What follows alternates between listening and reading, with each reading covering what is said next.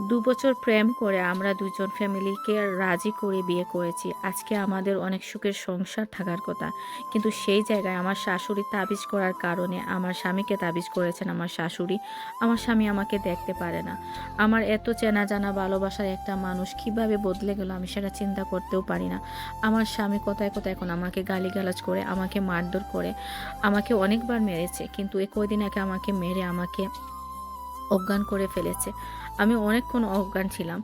যখন আমার জ্ঞান ফিরল তখন আমি দেখলাম আমি দাঁড়াতেও পারছি না। আমি কোনোমতে আমার বাবাকে কল দিলাম যে, "বাবা আমাকে এসে নিয়ে যাও। আমি আর বাঁচতে পারবো না এখানে।" আমার বাবা দৌড়ে আসলেন। এসে আমার অবস্থা দেখে আমার বাবাও কান্না করতে লাগলেন। বললেন, "মা তোর কী হয়েছে?"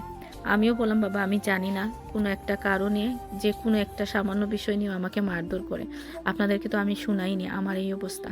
আমার বাবা বললেন যে আমাকে নিয়ে যাওয়ার জন্য। কিন্তু আমার শাশুড়ি বলল যে, "আপনার মেয়েকে নিয়ে যেতে পারবেন না। আমাদের বাসার কাজ কে করবে?"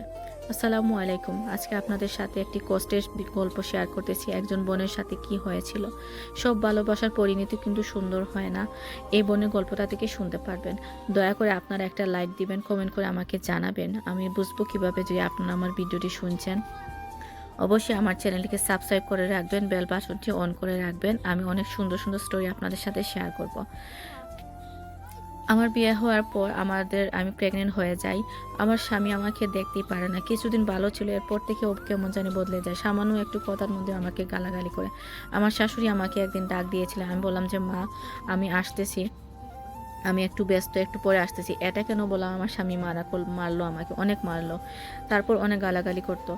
আমাদের সংসারে কেমন তেমন ঝামেলা ছিল না। আমার একটা ননদ, একটা দেবর ছিল। আমার শ্বশুর অনেক আগেই মারা গিয়েছেন। আমার শাশুড়ি।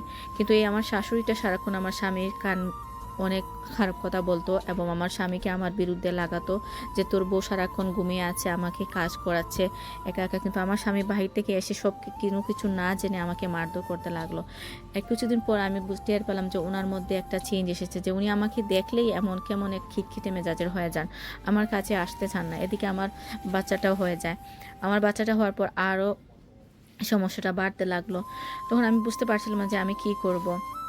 আমার স্বামী আবারও আমাকে মারলেন। আমার ২ মাসের বাচ্চা, ওইটার সামনে আমাকে আমার স্বামী অনেক মারলেন। মারে আবারও আমাকে অজ্ঞান করে ফেললেন। তখন আমার বাবা এসে আমাকে নিয়ে গেলেন বাড়িতে। বললেন যে আমার মেয়েকে আমি চিকিৎসা করাবো, আমার মেয়েকে আর এখানে দিব না। তখন আমার শাশুড়ি বললেন যে, "আপনার মেয়েকে নিয়ে যান, আপনার মেয়ে বেয়াদব, ওকে কিছু আম ভালো ব্যবহার শিখিয়ে দেন আর রান্নাবান্না শিখিয়ে দেন, ও তো কিছু পারে না।" তখন আমার স্বামী বাসায় ছিল না। আমার বাবা আমাকে নিয়ে যান। নিয়ে কিছুদিন চিকিৎসা করার পর আবার আমাকে কি করবেন, বাধ্য হয়ে আমিও বললাম স্বামীর বাড়িতে ফিরে আসবো। আমার বাবা আমাকে শ্বশুর বাড়িতে দিয়ে গেলেন। আমি আরও ৫-৬ মাস থাকতে শুরু করলাম, সেই একই অবস্থা। আবারও মারলেন।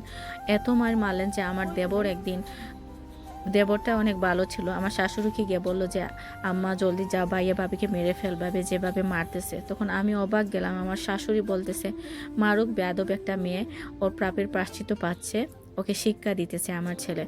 তুই এসবে কান দিস না।" কিন্তু আমার দেবরটা অনেক চেষ্টা করেছে কিন্তু পারেনি। আমার জামাই দরজা লক করে আমাকে জানোয়ারের মতো পিটেছে। তারপর আমার স্বামীর এই অবস্থা দেখে আমার বাবা আসলেন। বাবাকে ডাকা হলো। আমিও বললাম, "বাবা আমি আর এভাবে কিভাবে থাকবো? আমাকে বলতে হবে যে ও কী কারণে আমাকে মারে।" তখন সালিশ বসলো। আমার শ্বশুর, চাচা শ্বশুররাও আসলেন, আমার মামা শ্বশুর সবাই আসলেন।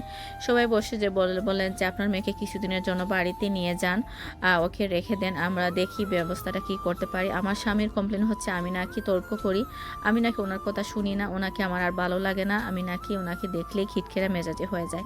আর আমার শাশুড়ি কমপ্লেন হচ্ছে আমি সারাক্ষণ শুয়ে থাকি, বাচ্চা নিয়ে বসে থাকি, আমি সংসারে কোনো কাজকর্ম করি না, স্বামীর সাথে বেয়াদবি করি, ওনার ছেলেকে সম্মান দিই না। কি আর বলবো, আমাদের বাঙালি মেয়েদের কি শ্বশুর বাড়িতে গিয়ে কি এভাবে বসে থাকা যায়? আপনারাই বলুন। আমার সবটুকু দিয়ে আমি চেষ্টা করেছি কিন্তু উনি কী কারণে আমাকে দেখতে পারেন না আমি জানি না। সালিশ হয়ে যাওয়ার পর আমার বাবা চেয়েছিলেন আমাকে নিয়ে যাওয়ার জন্য, কিন্তু আমার শাশুড়ি দিলেন না। বলেন যে, "আপনার মেয়েকে যদি নিয়ে যান তাহলে একবারই নিতে হবে।" তখন আমার বাবার সামনেই আমার স্বামী আমাকে মারধর শুরু করলো। আমার বাবা সহ্য করতে না পারে উনি চলে গিয়েছেন। বললেন, "মা তুই দেখ তুই কী করবি? তুই যদি একবারে চলে আসতে চাস আমাকে বলিস, আমি তোকে এসে নিয়ে যাব। আমি তোকে আর কিছু করতে পারবো না।" কারণ আমি যেতে চাচ্ছিলাম না, কারণ আমার একটি মেয়ে সন্তান। আমি বারবার চেষ্টা করছিলাম যে আমার সংসারটা টিকে থাকুক, কিন্তু আমি পারছিলাম না। পরের দিন আমার নানি শাশুড়ি অনেক ভালো ছিলেন। আমার নানু শাশুড়ি এবং মামি শাশুড়ি মিলে কথা বলতেছেন। আমি শুনতে পেলাম যে ওনারা বলতেছেন যে অ্যা আমার মেয়েটা, আমার নানু শাশুড়ি বলতেছেন যে আমার মেয়েটারই দোষ। ওর ছেলেটাকে বিয়ের আগে থেকে তাবিজ কবজ করতেছে। ওর মাথাটা নষ্ট করে ফেলেছে। ওর বউকে এখন দেখতে পারে না। সেই তাবিজের সাইড ইফেকশন এখনো হচ্ছে।